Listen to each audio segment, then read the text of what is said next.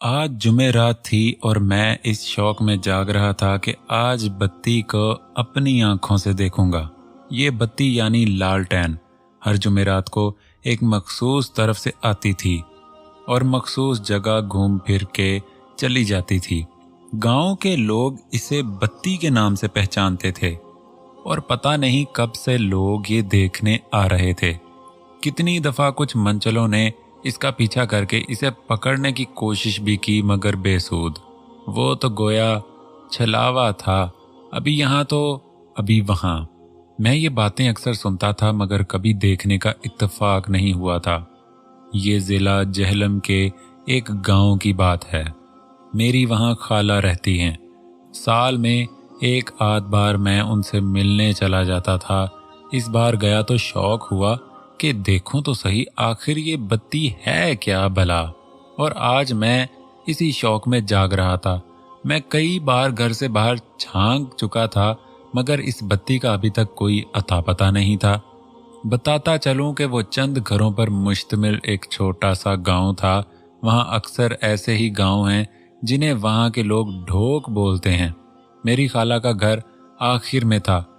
उससे आगे उनकी जमीन और फिर दूर तक पहाड़, जंगलात, ऊंचे नीचे टीले ही टीले थे। शायद रात के 12 का टाइम होगा कि खाला ने मुझे आवाज दी कि जल्दी आओ। मैंने जल्दी से जूते पहने और दीवार के पास जा खड़ा हुआ। उन्होंने एक तरफ इशारा किया, वो देखो बत्ती आ रही है। फौरन तो मुझे कुछ नजर नहीं आया। गौर किया तो क्या देखता हूं कि यूं लग रहा था जैसे पहाड़ से कोई आदमी हाथ में लालटेन लिए उतर रहा हो। पहाड़ कोई निसफ किलोमीटर दूर था हमसे। अभी वो लालटेन पहाड़ से उतरी भी नहीं थी कि बुझ गई। मैंने खाला की तरफ देखा और पूछा, कहाँ गई? उन्होंने उसी तरफ इशारा किया। मेरी हैरत की इंतहा न रही जब मैंने देखा कि वो अब कब्रिस्तान में घूम रही थी। बताता चलूं, कब्रिस्तान और पहाड़ का फासला आदमी दौड़कर भी 20 मिनट में तय नहीं कर सकता और वो बत्ती 2 सेकंड में पहुंच गई थी। मैंने अब उस बत्ती पे नजरें जमा ली थीं। वो कब्रिस्तान में घूम रही थी। उसने एक चक्कर लगाया और फिर बंद हो गई। मैं अभी उस तरफ देख ही रहा था कि वो हमसे कुछ फासले पे आन हुई और रास्ते में एक कुआं पड़ता था, उस पे आ रुकी। कुछ देर वो वहां घूमती रही जैसे कुछ तलाश कर रही हो या किसी का इंतजार हो। कुछ देर वहां फिरने के बाद वो उस तरफ चली गई जहां कभी तकसीम से पहले शमशान घाट हुआ करता था। वहां आज भी शमशान घाट की कुछ निशानियां मौजूद हैं। मैं नजरें झुकाना भूल चुका था। हैरत की बात तो ये थी कि ना कोई जिस्म नजर आता था ना साया। यूं लगता था लालटेन गोया हवा में मुअल्लक है बस। काफी देर वो शमशान घाट के इर्द गिर्द फिरती रही। कुछ देर एक जगह टिकी रही और फिर वैसे ही वापस हो ली जैसे आई थी। पहले कुएं पे पहुंची, फिर कब्रिस्तान के करीब से गुजरती वापस पहाड़ की तरफ चली गई और जैसे मिनटों का सफर उसने आते हुए सेकंडों में तय किया था, जाते हुए भी वैसे ही पलक झपकते पहाड़ तक पहुंच गई। मोहम्मद अफजल उसी गांव का रहने वाला था। उसके बाप दादा को जो जमीन अलाट हुई थी उसका कुछ हिस्सा कब्रिस्तान के बिल्कुल करीब था। वहां ऊंचे ऊंचे मिट्टी के टेले थे। काश्त के काबिल नहीं थी। उसके बेटों ने मशवरा दिया कि ये काश्त के काबिल तो है नहीं, 3 इतराफ तो कुदरती टीले हैं ही, क्यों ना जो जगह साफ है इस तरफ भी बंद बांध कर इसको एक छोटे से डैम में तब्दील करके इसमें मछली फार्म बना दिया जाए। बेटों की बात अफजल के दिल को लगी थी, सो उसने हफ्ते बाद काम शुरू करवा दिया। अफजल और उसका एक बेटा करीबी बोहड़ के दरख्त के नीचे 4 पाई डाले बैठे थे और एक्सीवेटर अपना काम कर रही थी। जो छोटे मोटे टीले इस जगह के अंदर थे उनकी मिट्टी को बंद की जगह लगा दिया गया था और डैम बनाने की जगह को मजीद गहरा किया जा रहा था। उनका इरादा था कि जगह भी गहरी हो जाए और बंद भी मुकम्मल हो जाएगा। मिट्टी बाहर से नहीं लानी पड़ेगी। 3:30 का वक्त होगा। एक्सीवेटर और उसका हेल्पर अभी चाय पीकर उठे थे। खुदाई काफी गहरी हो गई थी और अफजल चाहता था कि 2-4 फीट مزید گہری ہو جائے۔ کام دوبارہ شروع ہو چکا تھا۔ ابھی 10 منٹ بھی نہیں گزرے ہوں گے کہ ہیلپر دوڑتا ہوا آیا۔ وہ دور سے ہی آوازیں دیتا آ رہا تھا، چاچا چاچا ادھر آنا، استاد بلا رہے ہیں۔ افضل اور اس کا بیٹا اٹھ کھڑے ہوئے۔ مشین تو نہیں خراب ہو گئی؟ افضل نے ہیلپر سے پوچھا، جس کے چہرے پر سنسنی سی پھیلی ہوئی تھی۔ نہیں چاچا، ہیلپر بولا۔ آپ یہاں آ کر دیکھو، کچھ نکلا ہے۔ کچھ نکلا ہے؟ افضل کے بیٹے نے حیرت سے کہا۔ خزانہ تو نہیں نکل آیا؟ اس کے بیٹے نے مسکرا کر ہیلپر سے کہا۔ اتنی دیر میں وہ ایکسیویٹر کے قریب پہنچ چکے تھے۔ ایکسیویٹر چلانے والا بھی نیچے اتر کر ایکسیویٹر کے آگے کھڑا تھا۔ دونوں باپ بیٹوں کی نظر ایک ساتھ زمین سے دریافت ہونے والی اس چیز پر پڑی اور حیرت زدہ رہ گئے۔ دریافت ہونے والی چیز کچھ اور نہیں، ایک انسانی ڈھانچہ تھا۔ یوں کہہ لیں چند ہڈیاں ہی تھیں، جن میں واضح کھوپڑی کی ہڈی ہی تھی، باقی بس برائے نام ہی رہ گئی تھیں۔ ان کو جس چیز نے متوجہ کیا وہ پسلی کی ہڈیوں میں پھنسا ایک لوہے کا سریا نما ٹکڑا تھا، جس کو مٹی نے جانے کب سے اپنی خوراک بنا رکھا تھا، اور اب وہ محض آدھ انچ سے بھی کم باریک اور ایک ہاتھ لمبا رہ گیا تھا۔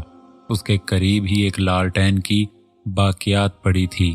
افضل کے بیٹے اور استاد نے احتیاط سے ان ہڈیوں کو اٹھایا اور ساتھ ٹوٹی پھوٹی لالٹین کی باقیات کو بھی اور ایک کپڑے میں لپیٹ دیا۔ یہ یہاں کیسے آ گیا؟ افضل نے گویا خود کلامی کی، مگر وہ سب سے مخاطب تھا۔ میرا خیال ہے ابا جی، اس کا بیٹے نے جواب دیا، یہ قریب قبرستان ہے، شاید یہ جگہ بھی اس کا حصہ ہو، یا پھر بہت پہلے کسی نے اس بیچارے کو مار کر ادھر دبا دیا۔ بیٹا قبرستان تو ہمارے سامنے بنا ہے، یہ افضل نے جواب دیا۔ ہاں، دوسری بات کچھ سمجھ میں آتی ہے، کیونکہ اس کی پسلیوں میں لوہے کا ٹکڑا بھی پھنسا ہوا ہے، جس سے لگتا ہے کسی نے اس کو سریے یا لوہے کی کسی اور چیز سے اسے مارا اور پھر یہاں دبا دیا۔ اللہ جانے بیچارہ کون تھا، کب تھا اور کیا ہوا اس کے ساتھ۔ افضل نے افسردگی سے سر ہلایا اور اپنے بیٹے کو مخاطب کر کے بولا، بیٹا اسے احترام سے اسی ساتھ والے قبرستان میں دفنا دو، پتہ نہیں کفن جنازہ بھی ہوا کہ نہیں بیچارے کو، اللہ اس کی مغفرت کرے، بے گناہ قتل ہوا تو شہید ہے، مظلوم ہے۔ ایکسیویٹر سے قریب کے قبرستان میں ایک قبر نما گڑھا کھود کر اس نامعلوم ہڈیوں کو افضل نے اپنے سر کے کپڑے میں لپیٹ کر دفنا دیا۔ ساتھ ہی اس کے پاس سے ملی اس کی لالٹین اور ایک چین جیسی کوئی چیز تھی اور ایک غالباً چاندی میں مڑا ہوا شاید تعویذ ہو، ان کو بھی ان کے ساتھ ہی دفن کر دیا۔ 6 مئی 1941 جیسے ہی فجر کی اذان اس کے کانوں میں پڑی، اس نے چارپائی چھوڑ دی۔ یہ اس کا روز کا معمول تھا۔ اذان کی آواز سنتے ہی اٹھ جاتا، نماز پڑھتا، بھینس کو چارہ ڈالتا، پھر اس کا دودھ نکال کر دوسرے جانوروں کو چارہ ڈالتا اور وہیں ڈیرے پہ ہی ورزش کرتا، دوڑ لگاتا اور پھر دودھ لے کر گھر کو روانہ ہو جاتا۔ یہ چاچا دین محمد کا بڑا بیٹا تھا، جو ڈھوک سمبا نامی ایک چھوٹے سے گاؤں میں رہتے تھے۔ اس گاؤں میں ہندو، سکھ اور مسلمانوں کی تعداد تقریباً برابر ہی تھی۔ اس کا نام گھر والوں نے تو جان محمد رکھا تھا، مگر لوگ فقط جانی کے نام سے ہی بلاتے اور جانتے تھے۔ خوبصورت جوان تھا، کشتی کا شوق تھا، اور اپنے اسی شوق کی وجہ سے قریب قریب کے گاؤں تک جانا جاتا تھا۔ اس سے چھوٹا ایک بیٹا تھا جس کا نام غلام محمد تھا اور گاموں کے نام سے جانا جاتا تھا۔ ان دونوں سے چھوٹی ایک لڑکی تھی جس کا نام سریا تھا۔ گھر پہنچ کر اس نے حسب عادت سب سے پہلے ماں کو دودھ کا برتن تھمایا اور پھر ٹین اٹھا کر کنویں سے پانی لینے چلا گیا۔ واپس آ کر ماں سے مخاطب ہوا، اماں آج میرے سفید کپڑے نکال دے، میں نہا کر پہن لیتا ہوں، آج مجھے ڈھوک سائیں کے میلے میں جانا ہے، بھائی مجھے بھی ساتھ لے جاؤ۔ میلے کا نام سن کر اس کی بہن نے فرمائش کی، ہاں پتر ان دونوں کو بھی لے جانا، اس کی امی نے جانی سے کہا، تو اس نے اقرار میں سر ہلا دیا۔ سریا کو تو گویا لاٹری لگ گئی، بے حد خوشی سے ماں سے مخاطب ہوئی، اماں میرے کپڑے بھی دے دینا مجھے، ढोकसाई उनके गांव की तरह का ही एक छोटा सा गांव था जहां हर साल मेला लगता था, जिसे लोग बैसाखी के नाम से बुलाते थे। जानी ने नहाकर कपड़े बदले और माँ से बोला, बेबे कुछ पैसे हैं तो दे दे। उसकी माँ ने 2 रुपए अपने दुपट्टे के पल्लू से खोलकर उसके हाथ पे रख दिए। बैलगाड़ी जोत कर उसने अपने माँ बाप से इजाज़त ली और अपने बहन भाई को बिठाकर चलने लगा। तो माँ ने कहा, पुत्र इनका ख्याल रखना और इसका ख़ास तौर पे बच्ची है, कहीं मेले में इधर उधर ना हो जाए। बेबे फिक्र ना करो, मैं इनको अपने साथ ही रखूंगा। उसने अपनी माँ को तसल्ली दी और चल पड़ा। रास्ते में अंदान नामी एक गांव पड़ता था। उसके कुएं पे जा रुका, पानी पिया और वहीं खड़ा हो गया। ये उसके दोस्त रंजीत सिंह और अख्तर का गांव था। उसने उनको भी साथ लेकर जाना था। जानी ने गांव के रास्ते की तरफ नजर दौड़ाई, मगर अख्तर और रंजीत में से कोई भी आता नजर न आया। गांव की लड़कियां औरतें कुएं से पानी भर रही थीं। कुआं गांव के बिल्कुल करीब ही था। उसने सोचा यहाँ इंतजार करने की बजाय वो खुद जाके इन दोनों को बुला लाए। यही सोचकर उसने अपने दोनों बहन भाई को यहाँ इंतजार करने का कहा और खुद गांव की तरफ से आते रास्ते पे चल पड़ा। अभी उसने आधा रास्ता ही तय किया था कि सामने से रंजीत सिंह आता दिखाई दिया। जानी वहीं खड़ा हो गया। रंजीत सिंह जैसे ही करीब आया, उसने पहला सवाल अख्तर के बारे में किया। वो भी आ रहा है, मैं उसके घर से ही आ रहा हूँ, रंजीत ने जवाब दिया और दोनों बैलगाड़ी की तरफ चल पड़े। अभी वो बैलगाड़ी के करीब पहुंचे ही थे कि इनको अख्तर आता दिखाई दिया। रंजीत सिंह ने सरैया के सर पे हाथ रखा और प्यार से पूछा, गुड्डी भी मेला वेखेगी अज? हाँ भा रंजीत, मैं भी वेखना मेला, सरैया ने जवाब दिया। उसके चेहरे से खुशी झलक रही थी। अख्तर आया तो उसने भी सरैया से वही सवाल किया, मेरी नन्नी आज मेला देखेगी? और प्यार से उसके सर पे हाथ रखा। वो तीनों बैलगाड़ी पे बैठे और ढोक साईं की तरफ चल पड़े, जहां बैसाखी का रंग बरंगा और अजीबो गरीब समा उनका मुंतजर था। रास्ते में उनको रंग बरंगे कपड़ों में बैसाखी की तरफ जाते बहुत से मर्द औरत मिले। दूर करीब के गांव के लोगों को तफरीह के नाम पर साल बाद ये एक मेला ही मुयस्सर था, सो कोई भी देखे बिना नहीं रहता था, औरतें हों बच्चे या बूढ़े। ज्यों ज्यों वो मेले के करीब होते जा रहे थे, ढोल ताशों की आवाज़ें वाज़े होती जा रही थीं, जो बैसाखी के अरूज का सबूत थीं। मेले में पहुंचकर जानी ने बैलगाड़ी एक तरफ खड़ी की, बैलों को अलग करके एक जगह बांध दिया और सबके साथ चल पड़ा। बैसाखी वाकई अरूज पर थी। हर तरफ शोर, जिसमें ढोल की आवाज़ सबसे वाज़े थी, और लोग ही लोग, जिनमें मर्द औरतें बच्चे बूढ़े जवान सब शामिल थे। करीब करीब के गांव चौके मुसलमान सिख और हिंदुओं के मुश्तरका थे, तो मेले में भी सब ही आए थे। बहुत से लोगों के साथ उनकी फैमिली भी थी। मेला क्या था, इंसानों का समुंदर था।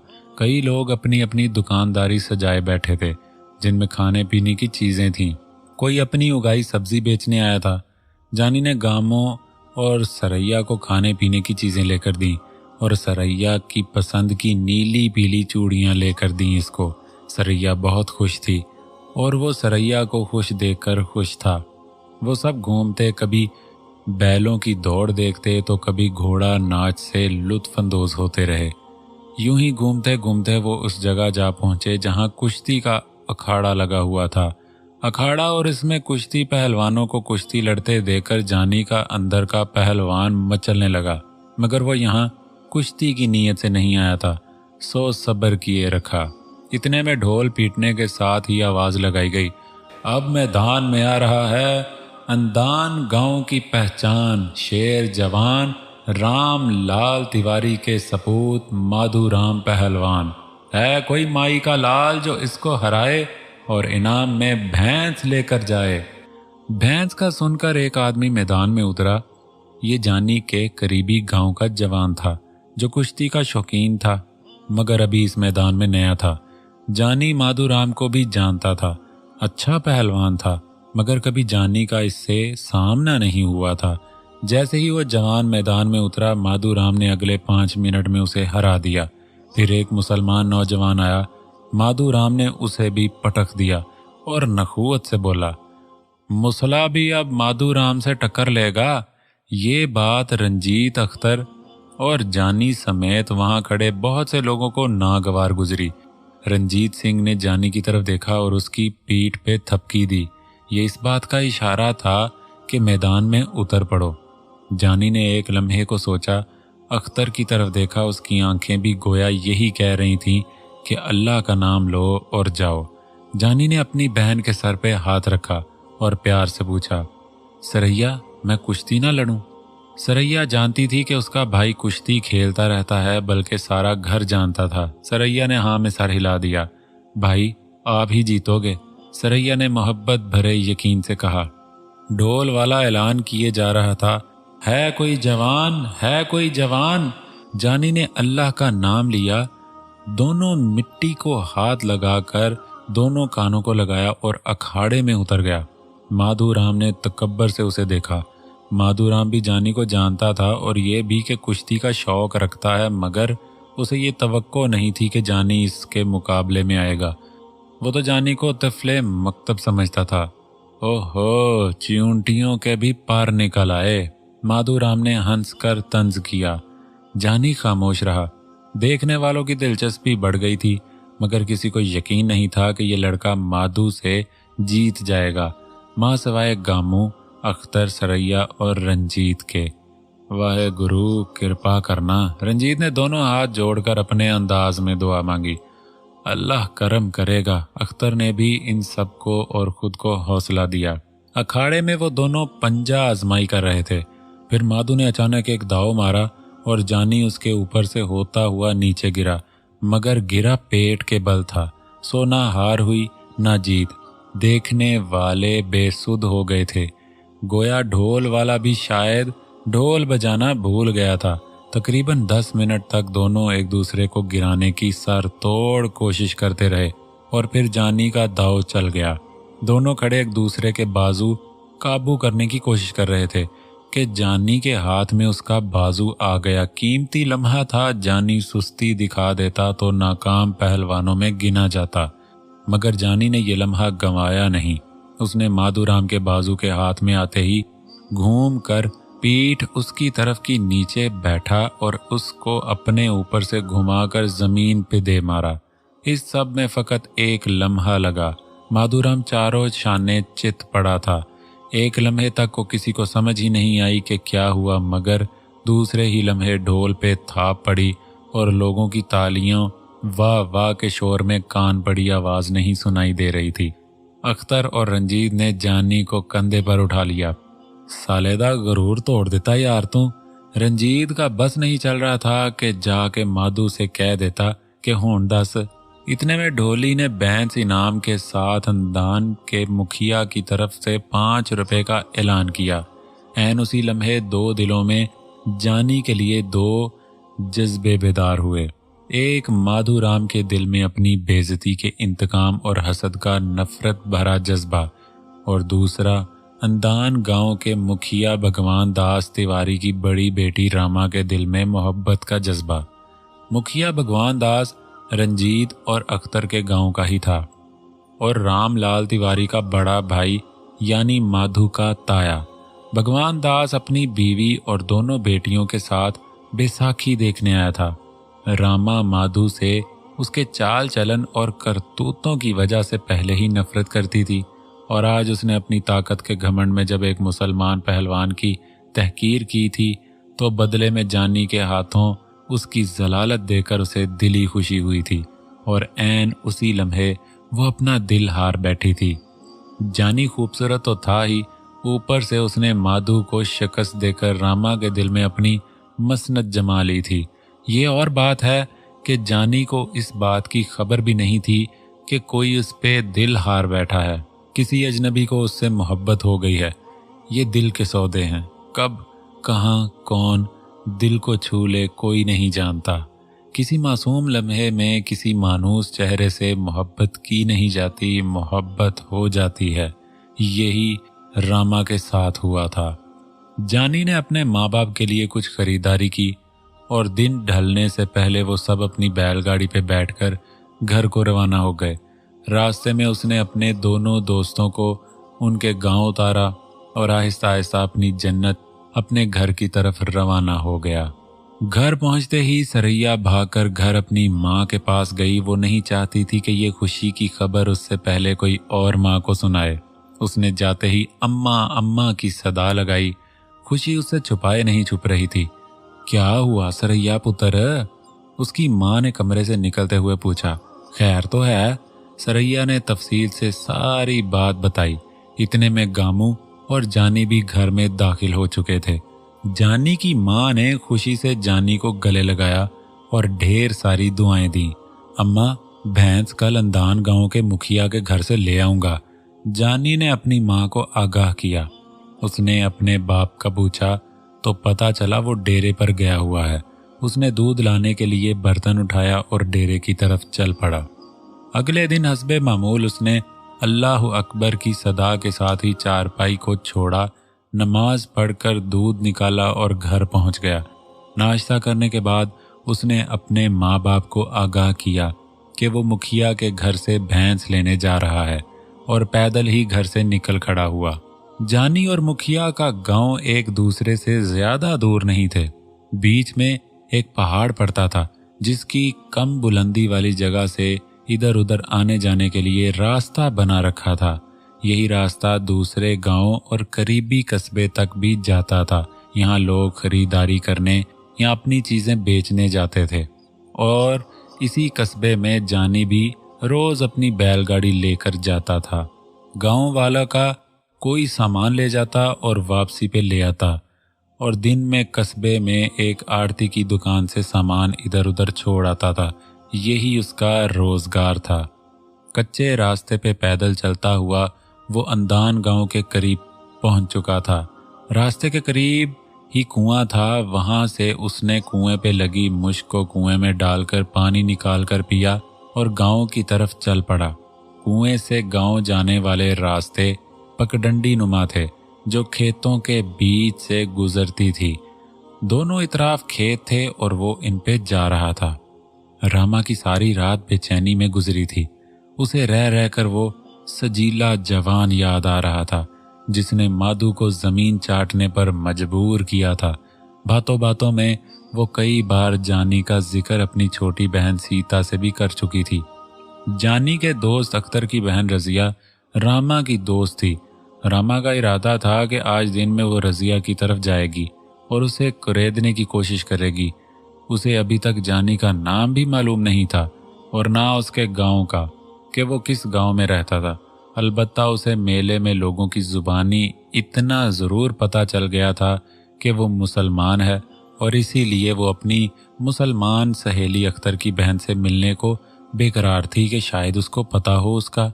आज सुबह 7 बजे के करीब उसने जल्दी से नाश्ता बनाया और अपनी माँ और बाप को दिया। खुद उसने अपनी छोटी बहन के साथ मिलकर नाश्ता किया। बर्तन धोकर वो बाहर जाने लगी थी। फिर न जाने क्या उसके दिल में आया कि वो घर में बने पूजा पाठ वाले कमरे में चली गई। उसकी माँ ने हैरत से उसे देखा और अपने पति भगवान दास से मुखातिब हुई। ये रामा को आज क्या हो गया? पूजा करने गई है। उसकी माँ की हैरत बजा थी क्योंकि रामा को कभी भी पूजा पाठ से दिलचस्पी नहीं रही थी।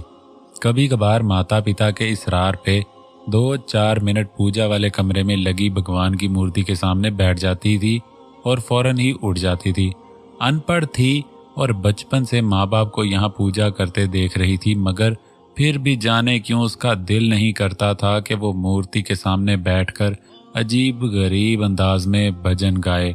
मगर आज वो खुद पूजा वाले कमरे में गई थी तो उसकी माँ की हैरत बजा थी। रामा ने दरवाज़ा बंद किया और आंखें बंद करके हाथ जोड़ के मूर्ति के सामने बैठ गई। हे भगवान, उसकी सारी हंसी गोया फरियादी बन गई थी। मैंने आज तक तेरी पूजा नहीं की, मेरा दिल नहीं करता था, मगर आज मामला ही दिल का आन पड़ा है तो उसको मेरे लिए लिख दे, मुझे मिला दे उससे। फिर उसने एक अजीब काम किया। मूर्ति से कुछ फासले पर आ बैठी और दिल को फकीर बनाकर दिल से सदा दी, ऐ मुसलमानों के खुदा, मैंने मुसलमानों को देखा है, वो हर काम तेरे सुपुर्द कर देते हैं। वो तुझ पे बहुत यकीन रखते हैं। मैं तुझे नहीं मानती, मगर आज मैं तुझसे भी मांग रही हूँ, अगर तू है तो मेरे दिल को चैन दे दे, उसे मुझसे मिला दे, उसे मेरा कर दे।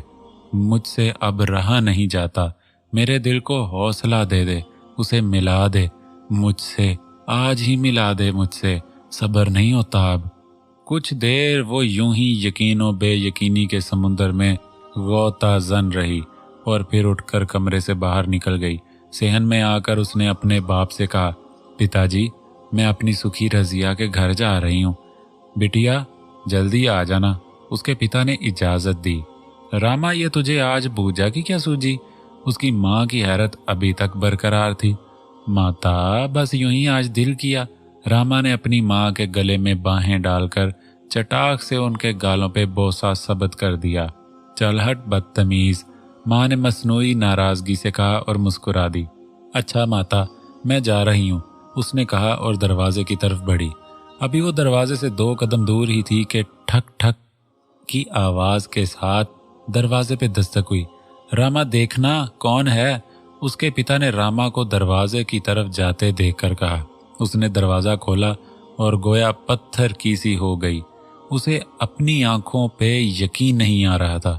उसे यकीन नहीं हो रहा था कि दुआएं यूं कबूल हो जाती हैं, मौजज़े आज भी हो जाते हैं। उसे याद आया, अभी अभी उसने मुसलमानों के खुदा को पुकार कर कहा था, अगर तू है तो उसे मुझसे मिला दे, अभी मिला दे। और उसे मिला दिया गया था। दिल को सब्र करार बख्श दिया गया था उसके। वो जब सुनता है तो ये नहीं देखता कि उसका बंदा कितना गुनाहगार है। कौन है? ये भगवान दास जी का घर है। जानी उसके देखने से परेशान सा हो गया। जी यही रामा। कुछ झनप सी गई। मैं बुलाती हूँ उनको। खुशी में उसके मुंह से अल्फाज ठीक से अदा भी नहीं हो रहे थे। पिताजी, पिताजी, वो अपने बाप को आवाजें देती वापस पलटी।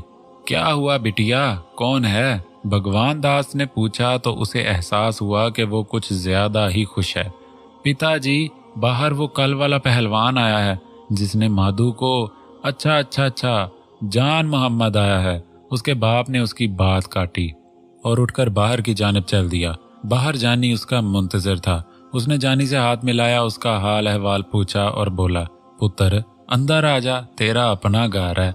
जानी थोड़ा झिझका और फिर उनके पीछे पीछे घर में दाखिल हो गया। बैठ पुत्र, भगवान दास ने चारपाई की तरफ इशारा किया। जानी बैठ चुका तो उसने आवाज दी, बिटिया रामा आई। पिताजी। रामा का तो गोया सारा जिस्म इस वक्त कान और आंख बना हुआ था। और क्यों ना होता, उसका मनपसंद शख्स यूं अचानक जैसे मरने को जिंदगी मिल जाए उसके सामने आ खड़ा हुआ था। बिटिया, कोई लस्सी पानी लाओ मेहमान के लिए, उसके बाप ने रामा से कहा। हाँ भाई जवान, तेरा पिता कैसा है? भगवान दास जानी से मुखातिब हुआ। जी अब्बा ठीक है, तुसी जानते हो मेरे अब्बा को? उसने कुछ हैरत से कहा। पुत्र, मैं तो तुझे भी जानता हूँ, मगर तू शायद मुझे नहीं जानता, और तेरे पिता को तो बहुत पहले से जानता हूँ। लस्सी के बाद चाय और लड्डुओं से जानी की तवाज़ो की गई। जवान, एक बात तो है, कल तुमने बहुत अच्छी कुश्ती लड़ी। बेशक वो मेरा भतीजा है, मगर खेल में घमंड और गुस्सा नहीं होता, जो माधु ने कल दिखाया था। भगवान दास ने उसे सराहा। अपने पिता को बोलना कि भगवान दास कह रहा था कि हमें भूल ही गए हो तुम तो। रामा का बस नहीं चल रहा था, दिल निकाल कर उसका फर्श बना दे जिस पे जानी के पांव पड़े, और आंखें जानी को दान कर दे जो उसके साथ ही रहें, उसे दिन रात देखती रहें। वो चाय के बर्तन उठाने आई तो झिझकते हुए उसने जानी से कह ही दिया, कल आप बहुत अच्छा खेले थे, मैं भी वहीं थी पिता के साथ, धन्यवाद आप लोगों का। जानी ने मुस्कुरा कर उनकी जुबान में ही शुक्रिया अदा किया। रामा ने उससे बात भी कर ली थी, यही रामा के लिए बहुत था। उसकी उस वक्त की कैफियत वही जान सकता है जो इस कैफियत से गुजरा हो। मनपसंद शख्स का दीदार, उससे बातचीत और उसकी अपने घर में आमद, ये कुछ कम न था। जानी ने जाना चाहा तो भगवान दास ने बिठा लिया और इधर उधर की बातें करने लगे। रामा उसकी छोटी बहन और उसकी माँ सामने बने बरामदे में बैठे थे और रामा इस अंदाज से बैठी थी कि उसका चेहरा जानी की तरफ था। वो बार बार इधर देख रही थी। वो इन लम्हों को अपनी आंखों में कैद करना चाहती थी। वो दिल ही दिल में प्रार्थना कर रही थी कि जानी जल्दी ना जाए। रामा, तू रजिया की तरफ जा रही थी।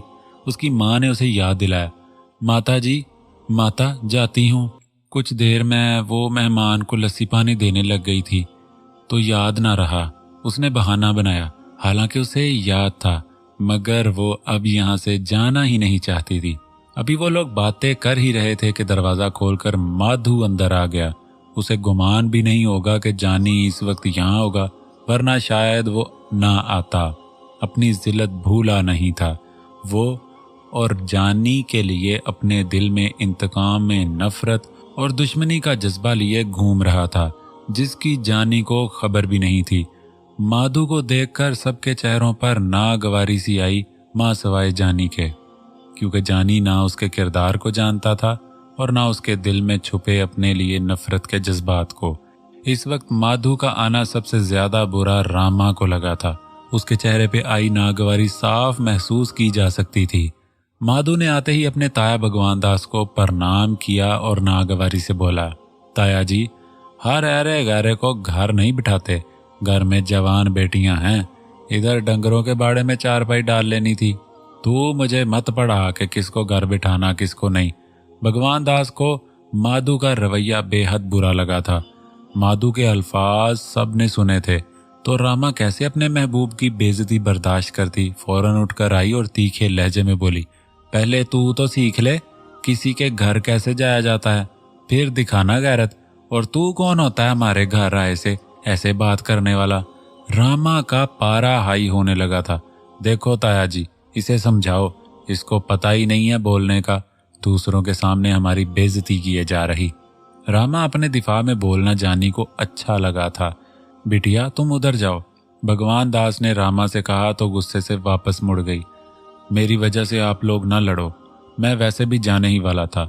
जानी ने उठते हुए कहा तो रामा के दिल पे चोट सी पड़ी। उसने नफरत से माधु को घूरा।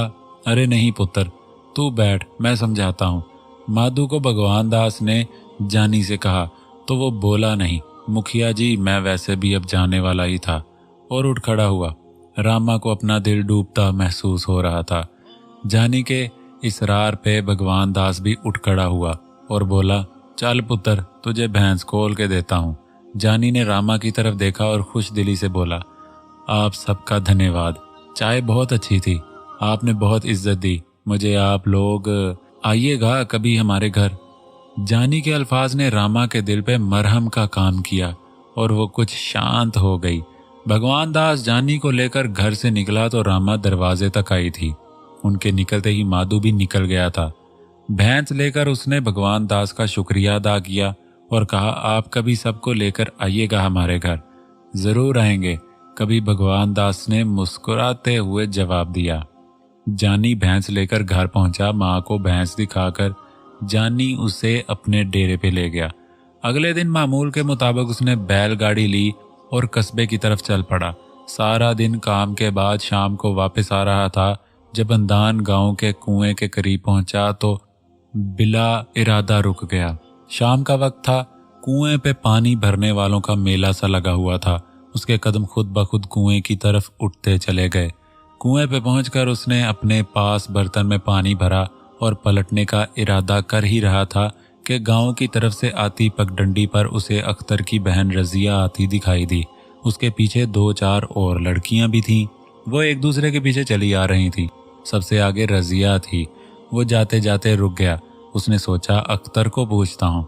वो जैसे ही करीब आई, उसके पीछे से गोया चांद निकल आया। ये वही चांद था जिसे ये भगवान दास के घर में दिखा चुका था रामा। उसे खुशगवार सी हैरत हुई। रजिया ने भी जानी को देख लिया और इसी की तरफ चल आई। उसके साथ रामा भी थी। दूसरी लड़कियां कुएं पे चली गईं। रजिया ने आते ही जानी को सलाम किया। जानी ने उसके सर पे शफकत से हाथ रखा और पूछा, रजिया बहन कैसी हो? ऐन उसी वक्त रामा ने भी थोड़ा झिझकते दोनों हाथ जोड़कर उसे प्रणाम किया। जानी ने उससे भी उसका और उसके माता पिता का पूछा। रामा का बस नहीं चल रहा था, वरना वो खुशी से नाचना शुरू कर देती। रजिया बहन अख्तर से कहना, कल सुबह मुझे यहीं कुएं पे मिले, उसे काम पे लेके जाना है साथ। जानी ने रजिया से कहा। भाई, मैं अख्तर भाई को कह दूंगी, रजिया ने कहा। जानी की नजर रामा पे पड़ी। वो टिकटिकी बांधे उसे ही देख रही थी। चोरी पकड़ी जाने पे वो सटपटा कर दूसरी तरफ देखने लग गई। जानी को उसकी ये अदा भा गई। उसके लबों पे हल्का सा तबस्सुम भरा। भाई, मुझे आपसे एक खास बात करनी है, रजिया ने धीमे से लहजे में कहा। हाँ करो मेरी बहन, क्या बात है? जानी को तजस्सुस हुआ। नहीं अभी नहीं, कल जरा जल्दी आ जाना काम से। अब हमें जल्दी है, हमने पानी भरना है, देर हो जाएगी, रजिया ने कहा। तो वो बोला, ठीक है जैसे तेरी मर्जी, बस ये बता दे सब खैर ही है ना? जानी थोड़ा फिक्रमंद सा हुआ। बस खैर है भी और नहीं भी, कल बताऊंगी, रजिया का जवाब था। ठीक है मेरी बहन, फिर कल मैं जल्दी आ जाऊंगा, बता देना, जानी ने कहा और दोनों को अलविदा कहकर चल पड़ा।